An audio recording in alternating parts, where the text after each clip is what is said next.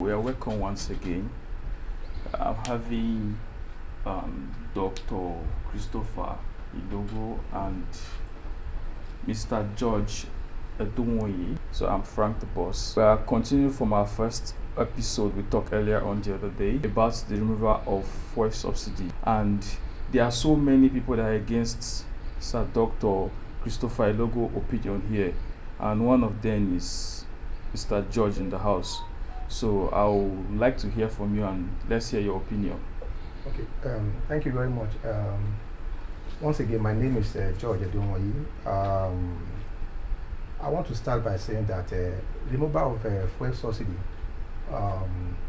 has been a burning issue in the Nigeria space, even prior before the 2023, and we shouldn't forget, prior to the 2023 general election, most of the presidential candidates in their campaign, in their forum, really talked about the removal of fuel subsidy, which was that majority of the aspirants, were in support. Okay. But the issue, none of them could give us the modality on how that subsidy will be removed and what are the other policy that will come in place. Now, in May 2023, immediately President Bola Tinubu was inaugurated as the President of the Federal Republic of Nigeria. Okay. He announced the removal of fuel subsidy, and that became a huge problem in the country. That led to the increase in fuel. Yes, in my own stand, subsidy removal, yes, we had to let it go, because we can't be paying money to some few marketers.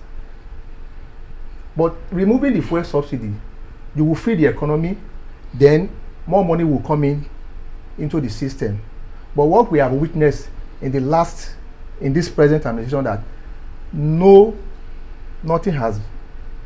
things are on the high side. You said you remove fuel subsidy, workers' salary was not increased. 2, you came up with policies that you said will cushion the effect of the removal of fuel subsidy. In the last 2-3 years now, we have not seen those effects trickling down to the ordinary Nigerians. We all go to the market and we see how things are so expensive. Fuel is now sold between 800 to 1,000 naira, as against when subsidy was being paid for, which was about between 180 to 197 naira. But has prices gone down? No. But the removal of fuel subsidy has significantly impact on more Nigerians, thereby increasing high level of poverty among Nigerians. Millions of Nigerians have gone into poverty. So many people find it to feed production at a very lower level. So the impact, fine, the subsidy removal is good, but my problem is the timing. Okay, so let's doctor here elaborate more on it. Thank you, Frank the boss, for having me. I welcome Mr. Edunwoye. Thank you, sir. I quite agree with him that hardship was caused by the removal of the fuel subsidy. He, from the beginning, agreed that it was necessary to remove the subsidy because of the corruption associated with the implementation. I want to come out straight away to, like I did the other day, that the removal of fuel subsidy was in order and in agreement with him. But I want to come out strongly that there is a need for subsidy. In most countries of the world, the reason there is peace in the developed world is because of the social net that they wrapped around their populations. which are mainly based on subsidy. They subsidize farmers, they subsidize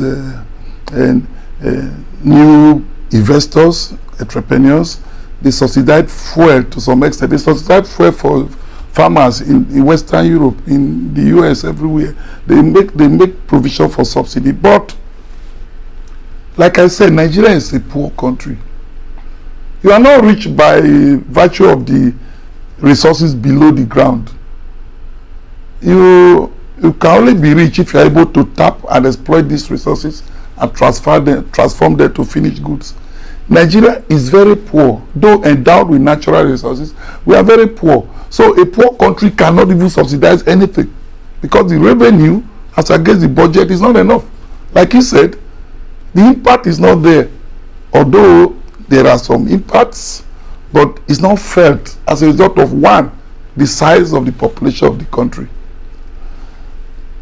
Definitely, like he rightly said, there will be hardship if you remove what the people have been enjoying. But because of the multiple hills associated with the subsidy, first, there was overestimation of what the country is consuming. That made room for corrupt czars, corrupt cabals to enrich themselves by saying they are bringing in 130 million liters of petrol per day, whereas Nigeria is actually consuming less than 30 million liters. So the remaining 90 million liters, the money for it go into the public of this corrupt element in the cabal. So it was just too necessary that subsidy be removed. But should we say because of the pains, we should continue to dig deeper in the hole of impoverishing our children yet to be born? God got to a point, Nigeria was borrowing money to pay salary, borrowing money for everything to run government. So the revenue saved from the removal of subsidy to a great extent is what is making Tinubu to still be in power today. Because the rate at which Nigeria was sinking down economically, it would have been stoned and driven out of power within a week. But because of the removal of the subsidy, he's able to harness the revenue accruing from the saving to fund state governments who are then borrowing, like I said before, from the state government from the federal government to pay salaries. He was able to set up a student loan fund. Even you mentioned that some of the things that were supposed to have been done before the removal were not done. But he did do some of those things, only that they are not enough. I keep falling back on the fact that we have a very large, unmanageable population compared with the resources available for government to do the people good. For instance, the vehicles using gas, we took one the other day. We came from Lagos, we came down here with compressed gas vehicles. They were not there before. And solar items. I mean, so many things have come up, only that they are not going around at once. It will take time for the benefits to be felt. You mentioned that fuel is 800 naira per liter. You remember when the subsidy was removed, fuel went as high as 2,000 naira per liter before Dangote came in. And so, even the foreign exchange that Nigeria would have been paying for the importation of fuel, to subsidize the importation of fuel, is now being saved. That is why naira, which was exchanging at 2,000 naira per dollar, is now about 1,350. And the petrol price, which was 2,000 per liter in this Auchi, in this Nigeria, has come down to 800, 700 in some cases per liter. Now imagine other streams, I mean other refineries that are coming on stream very soon. I announced here the last time that about 6 or 7 will come on stream before the end of 2026. And by the time they compete among themselves, by the time they engage in price war in order to capture a portion of the market, prices will drop. Somebody say I'm not an economist. It's a basic thing. They teach economics in secondary school. I attended a secondary school, and they taught us that when supply is higher than demand, prices fall. And when demands are higher than the prices, I mean than the supply, prices rise. Yes, rises. These are basic. I don't have to be an economist to be able to talk about basic economics of prices and demand and supply. So that is my response. Okay, sir. So I'll come back to you, but I want to ask Mr. George. So far, I think during Tinubu campaign, he made mention of giving Nigerian a steady power supply. So we Nigerians believed, based on the fact they removed this fuel subsidy, it should have been a very easy task for him to tackle. So far, what do you have to say about that? Well, the level of power supply in the country is nothing to write home about. That is just the truth. Because number one, government needs to be sincere with themselves. Now, if you remember or you recall, I think during Jonathan, there was privatization of the NEPA. Yes. But the problem is, government does not have business in managing. If you go outside the country, most of the companies that operate are private dividend organizations where you have PPP or the other way around. But the truth of the matter is, if you are saying privatization and your hand as a government is still inside that sector, it can't move forward. You are privatizing some part of the power sector is being handled by the private sector, while the other part is being handled by the government. Like the TCN, Transition Company of Nigeria, is still government still hold large this thing in that area. So what do you expect? You understand? That is why you see like the BDC and the KDK or all those other private this that came in. Do they have the infrastructure that the NEPA that which government were operating? Is what they are saying. Have they brought in anything? No, because they are complaining that the government still has a hand in the sector. So that's why you are seeing up till now we are still having a poor power supply in the country. And don't forget, we still depend on this Kanji Dam, whereby when there is no enough water in the Kanji Dam, you can't get power supply.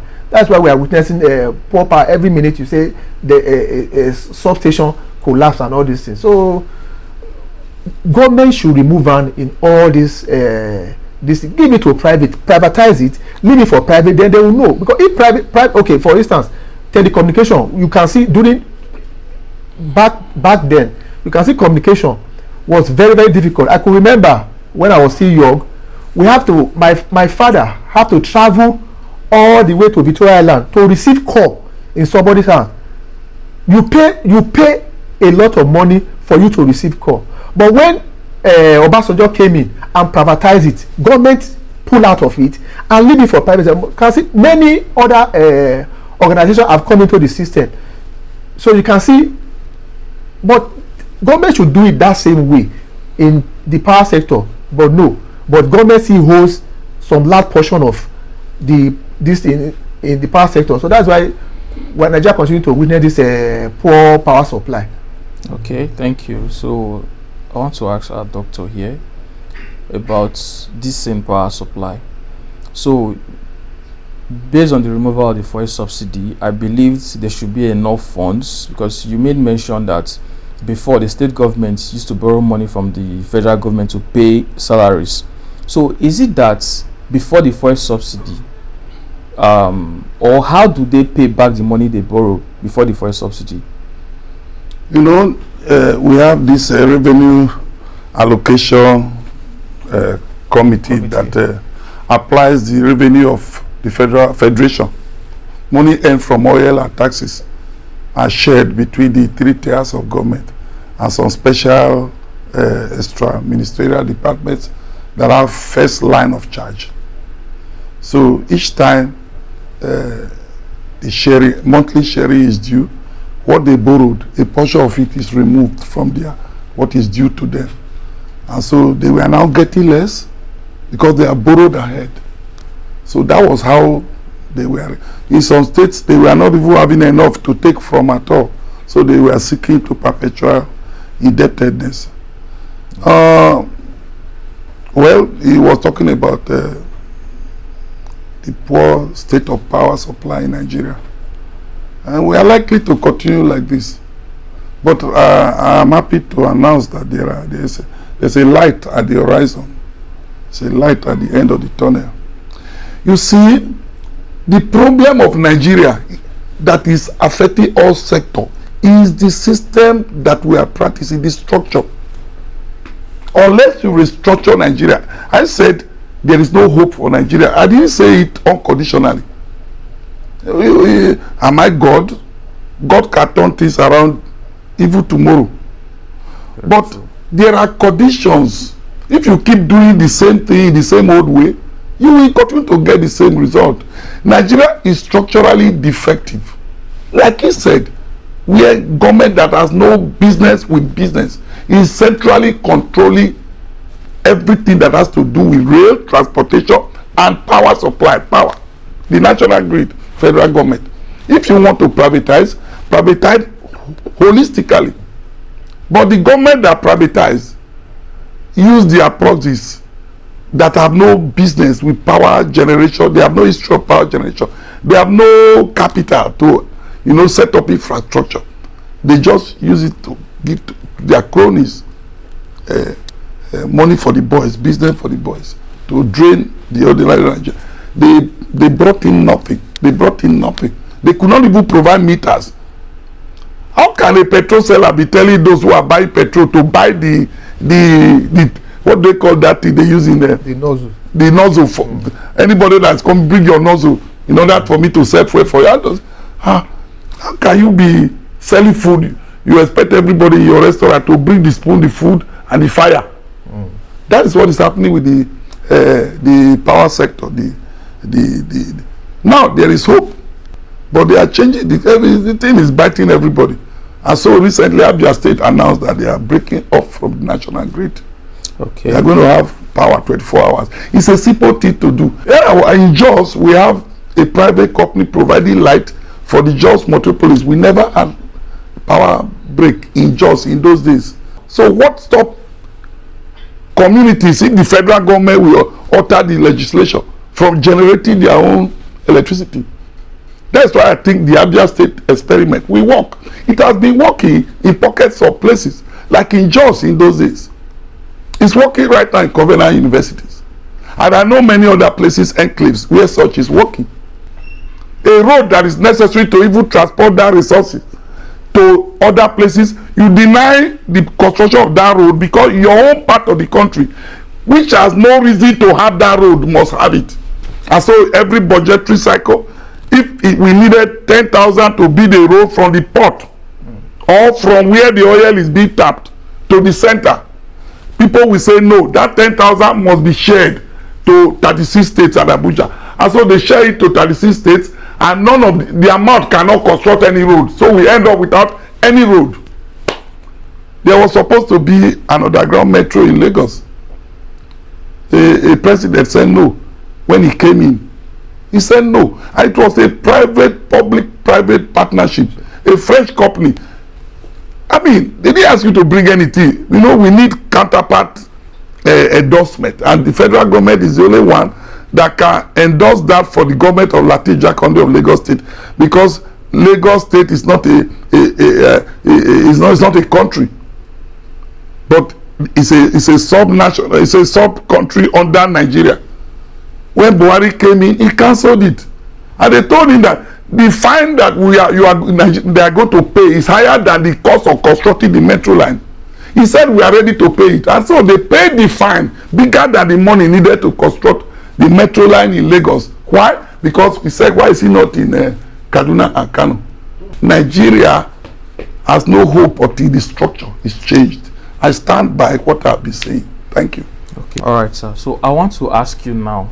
You made the last podcast. You made mention that this thing takes time. Nigerians need to be patient about this present administration. So President Tinubu promised us 24-hour power supply. He said if he could not achieve it in his first tenure, that they should not vote for him. So are you saying we should still vote for him because we need to be patient? if you bring Angel Gabriel, I'm sorry to those who are Christians, they feel offended when I say it in some interviews, and they elect him as president of Nigeria, things are going to be worse than what it is now. And I want this to be recorded. Every successive president of Nigeria will be worse than the previous, as long as the system continues.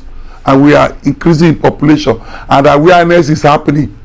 And then there are millions of out-of-school children are becoming adult, turning to kidnappers and bandits and so on. So the cost of even security in Nigeria now, the money being diverted for security in Nigeria is so much that that money would have taken care of the electricity we are talking about. So if Tinubu made that promise, which is true, he can't do anything. If you remove him, if you deny him second term, so good. But the next man coming, if we have been having 2 hours of light, we won't get 20 minutes of light. So things will degenerate. So in all essence now, you're saying Peter Obi cannot give us 24-hour power supply? Peter Obi times 20 will not even perform like Tinubu, because Tinubu is a thug, he's a streetwise man, he's a jaguda. That's why he's even able to do what he's doing now. That's why he has the courage to do what he's doing. But a polished gentleman like Peter Obi will not be able to do some of the things that Tinubu is doing now. What I'm saying in essence is that unless the Nigeria is restructured, we are going nowhere. Instead of pulling resources together to achieve national objectives, even the resources that God has given to you that you didn't work for, we disperse it, we diffuse it and make it unusable. So we cannot have a national airline, we cannot have good roads, we cannot have functional power supply system, and we can never have pipe-borne water that we used to have. Remember, there used to be tap all over Auchi everywhere. There is nothing like that will happen again because of the structure. And as we are increasing in population, people are getting more aware. Militancy, terrorism, kidnapping, armed robbery, rape, arson will continue to increase, and they will engage successive governments. That the little resources which would have been made available for development will be used to be countering these ills, and so we get poorer. Even the things already done will be destroyed. Recently, you saw what happened. These concrete roads that the federal government is building, people are going there to remove the iron rod, to break the road that has not been commissioned, pull out the rod and go and sell. It is because of the structure. Now we don't want state police. We don't want this. The North is always the last to understand that to have a nation that will provide for all and everybody will be happy. Everybody has to have love for that nation, not love for your ethnic group, for your group, and then to the destruction of the center. Nigeria, Tinubu made that promise. He wasn't a president. Now he has entered as a rock. The reality is dawning on him.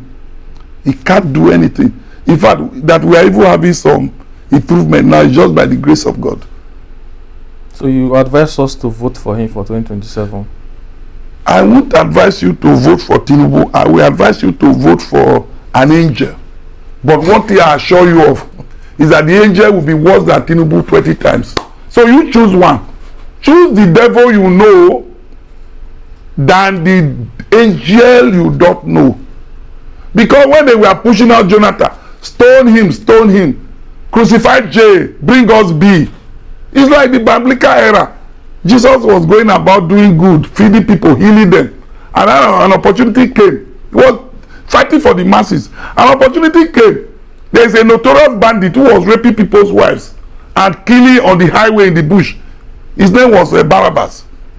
And the king of that time brought him before the people and brought Jesus. This because he knew Jesus was innocent. He asked the people to make a choice. Choose between who should I execute, between Jesus and Barabbas. Do you know what the people said? Give us Barabbas, crucify Jesus. Incidentally, during the time of Jonathan is also J, and Buhari was B. Nigeria was given an opportunity to choose between J and B. He said, give us B, crucify J. After then, what happened? He mentioned that fuel was being sold for 187 naira, 173 naira per liter. Under Buhari, you know the cost. Under John Tinubu now, you know the difference. So the next man coming. Nigerians need to start asking questions on these politicians who are coming up to contest for election, because it is when you have a conversation, then you can now hold them accountable when they are in office. That so time, this was what you said, and you gave us your word on what just to win. But yes, the problem, we don't hold our leaders accountable. No, when he's telling you I will put a condition on all our roads, and you believe him, and we know that he's not going to do so. That's a political statement. This system will not allow him, even if he can. Statement. So you rightly said conversation. Yes. A national conference. We need to sit down and discuss our unity and how we are going to move forward. That is all.